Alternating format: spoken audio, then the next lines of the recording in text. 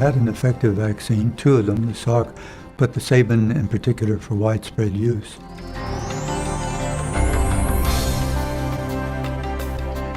And by 1979, we were at the point of having the last case of polio in the United States.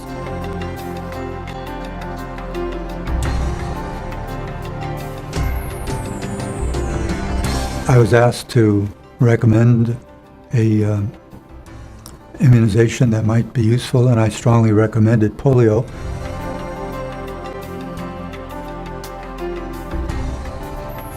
And that was something you could train virtually anybody to do, including the army of Rotarians.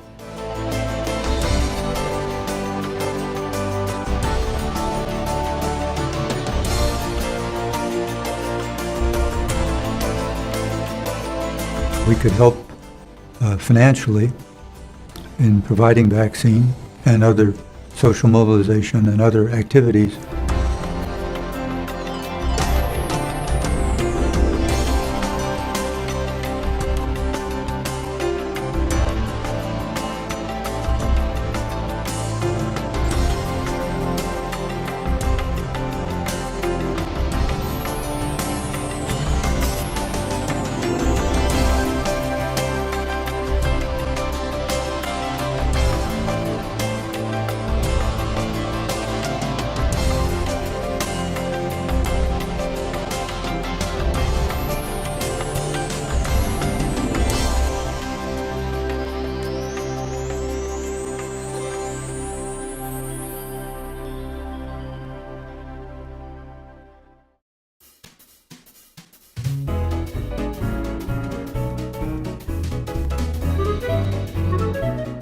Daddy Allen was a Rotarian in Ohio. He had had some tough experiences in his family. His son had been injured in a streetcar accident. I think he felt that if the son could have been gotten to a hospital on time, he might have survived. And he started a program to try and help crippled children. Crippled Children's Work, which was his term and Rotary's term as Rotary got involved, was not just about polio, but if children were having trouble walking, there were services that could be provided.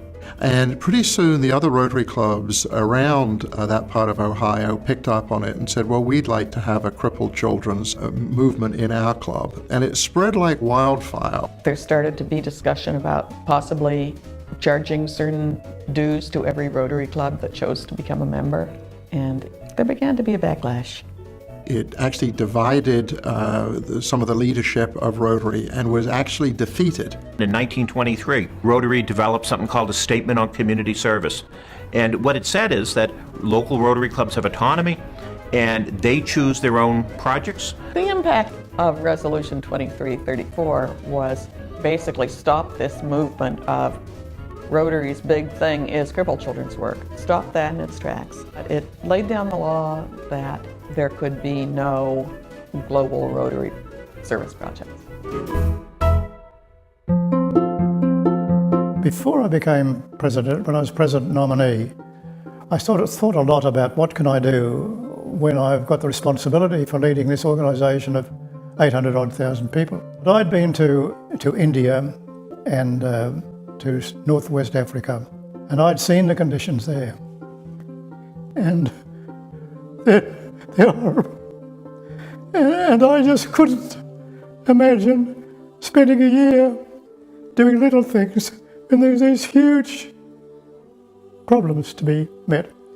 Back at the beginnings of the effort to eradicate polio, it really took a combination of presidents working over several years together to get this program rolling. There were particularly 3 presidents back in the late 1970s who began the program, who supported each other. They provided the continuity that was necessary and the continuity that's continued to this day. I was extremely fortunate to have had the man before me and the man after me strongly in support of the program they believed in. Formed a very high power, very influential committee of senior Rotarians. I remember getting a call one evening from Clem Reniff that says he was appointing a special committee to explore a new idea called the 3H Committee, Health, Hunger, and Humanity. And he called me one night and said, I'd like for you to represent the educational or the humanity group. And so there were just 3 of us on this committee, and we met in Evanston to consider some kind of a way in which Rotary could do things on a much larger scale than we had ever done before. And the 3H program was established in conjunction with the 75th Anniversary Fund to support a small number of large international projects. And it really set Rotary into an altitude that it had never been at before, because it helped Rotarians to think big. I think Rotarians were ready to be a little bit more than just a nice club, willing to do something in an international manner. It was idealistic. It was way beyond anything we'd ever done, and most people, organisations ever done.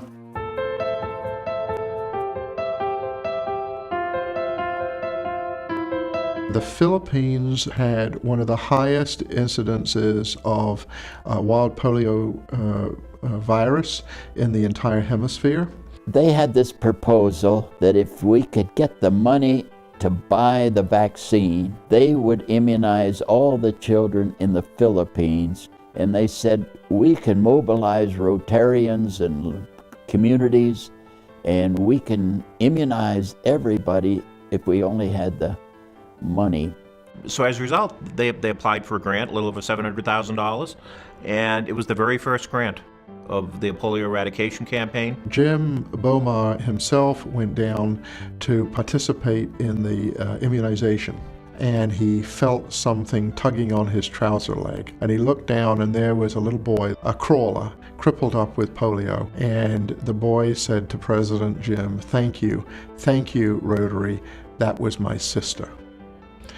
And Jim Bomar and Chuck Keller and Benny Santos and all these other senior Rotary leaders that were there said, okay, we've got to do more than just this one incident of polio eradication. We said, look, this is a success story. If we can do that, we can point to it at the next convention of look what the success of the 3H program could be.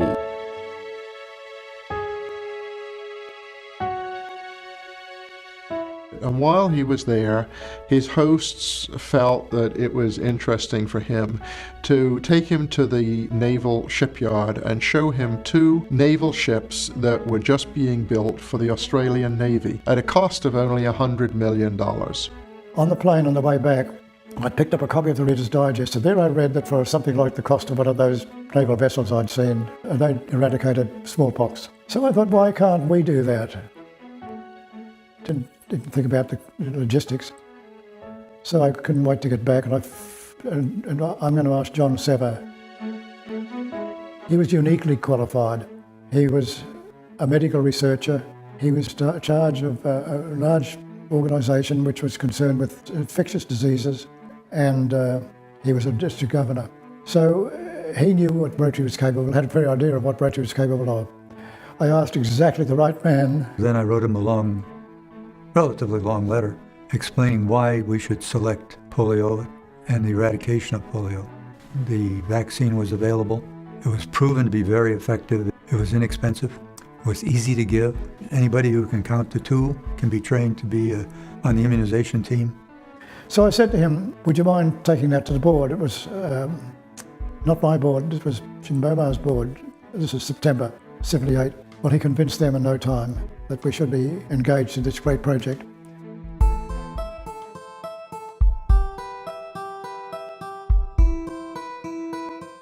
The Board of Trustees are responsible for managing the Rotary Foundation. The Rotary Foundation is Rotary's charitable arm, and so it has to be managed independently from Rotary International. See, we had lawyers, of course, in the opposition group, and they were studiously examining all the constitutional requirements to see whether there were any of those they could use against establishing this new program. And they discovered this thing. Contributions coming to the Rotary International would not be tax deductible. So they came up and they said, well, you can't have the money. So Clem Renouf, who was the president, approached the Rotary Foundation, and they were very reluctant to get involved.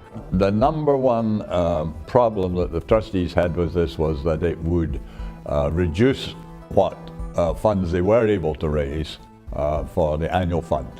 We had a meeting, a combined meeting of the trustees and the board, and at that we thrashed out a few things. And said, you know, we've invested a lot of this.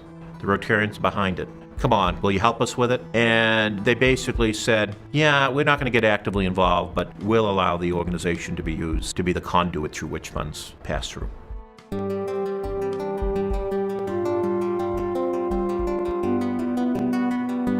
That was very controversial. Because they first thought that clubs ought to be able to determine their own projects. It wasn't that 3H was any more corporate under the foundation than it was under Rotary International. But at least under Rotary International, it was raise the money in 2 years, spend it in 5, it's done. They just thought Rotary was in over its head. There were a lot of people that just had no idea that this was going to be a permanent direction for our organization. Yeah, so they had a good point. When we started the 3H program and we started the fundraising, I said we're going to raise the funds for programs for the next, I think it was 7 years. It wasn't suggested then that it might be an ongoing program. And there was just 3 of us at the time. There was so much opposition, but we had faith that this is just the beginning of a whole new horizon for Rotary.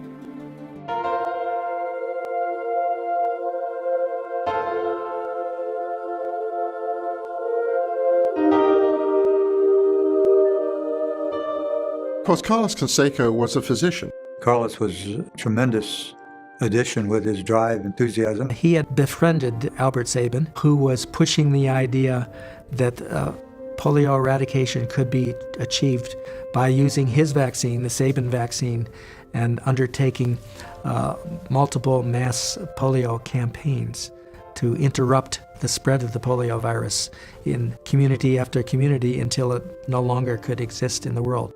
We, the staff, had brought in a routine set of proposals for countries that had met the established criteria, and Canseco stood up and he said, nope, you're doing it all wrong.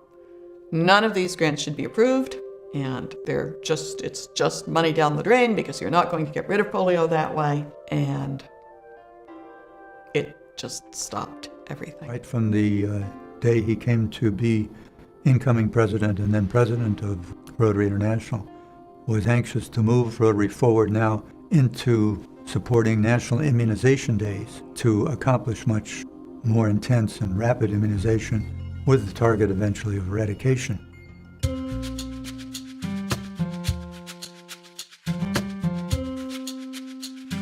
And there was this presentation put on about the mass immunization approach, which again, few countries outside of the Americas were doing, certainly Africa wasn't doing, and how Rotary would help them do this and pay for the vaccines and teach them how.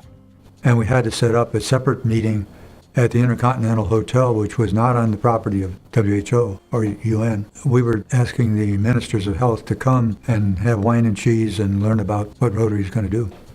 And Houghton Mahler was the Director General of the World Health Organization, stopped in. And heard about the program, basically said, we have other people come to our countries and offer health benefits. Who come to a country and bring in a flashy new program and do it for a few years or maybe just a year, and then go away and forget all about us. And we have no reason to assume that you will follow through on anything. Many organizations don't. Basically, we would prefer to have you go away and not do this because of our experience with these other people. Well, that was quite a put down, but you can obviously see their experience was real. What partners are going to help us to pull this off? How is it going to be financed? We were going into other countries with a medical program, a health program, and they didn't know us. In fact, often they said, well, Rotarians, they're the people that come and have lunch I'm sure it's the case the WHO is not anxious to get in a relationship with an NGO which is only for short-term self-proclamation. I'm sure that is a protective mechanism that WHO has. I think that it was handled well by Carlos Canseco, because Carlos then just quietly said, well, we're from Rotary and you'll have to judge us by our actions. We will support this program, we will work with you, and we will be a good partner for you.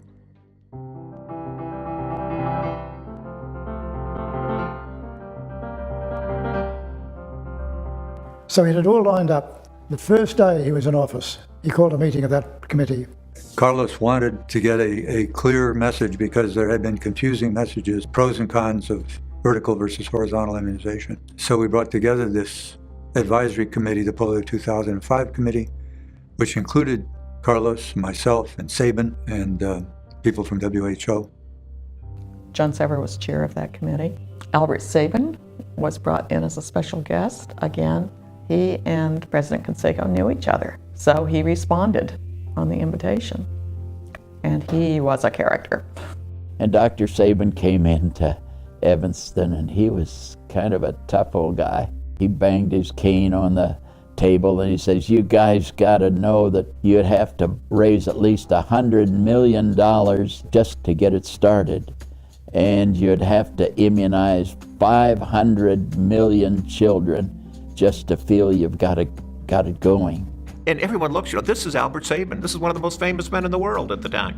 And, here he is coming to our meeting at our headquarters, telling us he wants to do that. And frankly, I thought this has got to be the worst idea Rotary's ever had.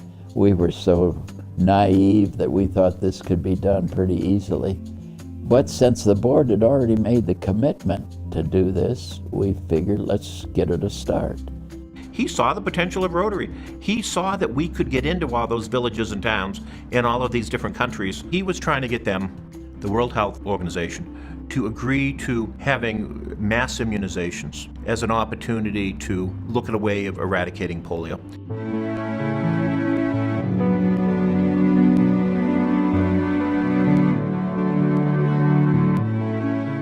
In order to accomplish polio eradication, Rotary needed to work with different partners. One organization that really saw the potential of Rotary when others didn't was UNICEF.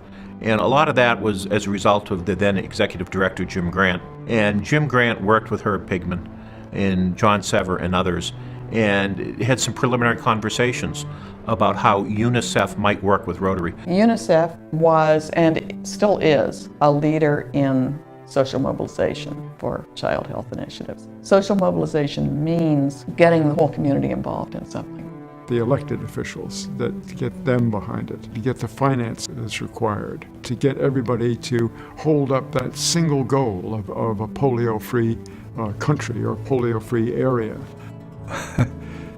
When we decided we needed to raise more money to make this big effort now to use mass immunization, I remember well talking on the phone with him and coming up with the number of $120 million based on 100 million children that needed to be immunized each year and 4 cents a dose and so forth. It was really perhaps not even a half-hour conversation that we came up with a number and a target. We said, all right, we're going to go with mass immunization. We're going to involve Rotarian. It's going to take money to provide vaccine and vaccine carriers and vehicles and fuel and all those things. How much is it going to take? And that's when Rotary finally set the goal. The goal for the 75th anniversary was $12 million, and they didn't raise it.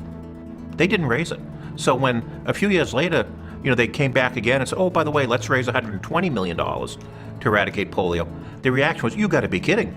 Herb's announcing that goal added a huge amount of energy. The fact that there was $120 million coming in, which again, it hadn't been raised yet. It had only been promised by this organization that never raised that kind of money before, but it had been promised, fed a lot of energy.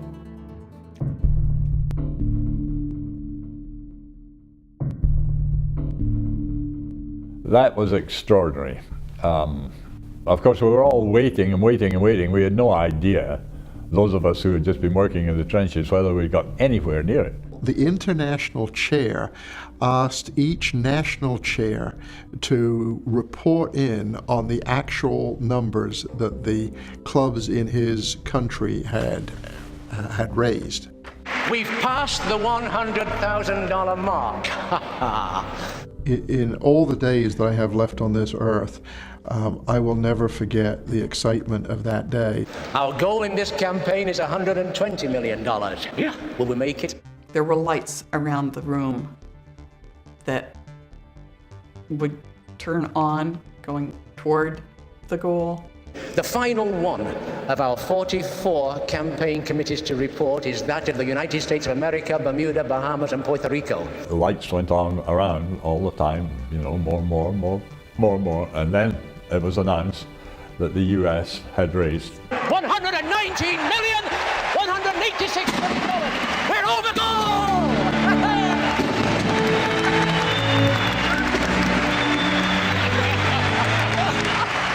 Some of us have been to developing countries and we've seen the crawlers in the dirt with their withered arms and legs. And to have that moment, to see that just a bunch of real estate agents and small town lawyers and bankers and Rotarians all over the world had bought in to this amazing vision.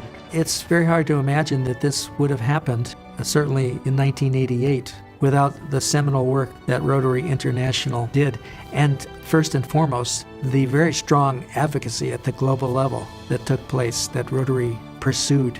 Rotary birthed the Polio Eradication Initiative, and I like to refer to Rotary International as the heart and soul of polio eradication. This has been such a complex activity. There were so many opportunities for it to go astray. There were so many different individuals who saved it. There were different individuals who proposed it at different levels, who carried it forward at different levels. As awesome as they were as physicians, as Rotarians, as people renowned on the world stage in public health, they couldn't do it alone, but they could put together a collaboration of other people and inspire them, and then they could accomplish great things. No single organization, whether it's WHO or CDC or Rotary, can accomplish these major global public health achievements. The World Health Organization. They have always advised us where most of the polio problems are and where we should become, and they continue to do that. UNICEF were more involved in getting the vaccine supply, and CDC were the scientists. They took the specimen and looked at it and could tell you which street that virus. They were absolutely amazing. And we, if you like, were the ones that raised the funds and gave the money. This is a private-public effort between public governments and public people, along with Rotary and volunteers working together. That is a huge lesson for how we need to look carefully at working effectively together in the most functional way and all pulling in the same direction, because a success of that nature is everybody's success. If then we, all of us, knew what we know now, I doubt we would have taken it on. It was a huge dream. A little bit naive, I suppose, but I'm glad we did it. You have to have a little bit of vision, imagination, and determination. There's a lot of times we could have given up, turned back, said it's too big, we can't be done. If you believe enough in something, you can generally get it done. My theory has always been, if you don't ask for the credit, you can accomplish anything. People can join together and do great things.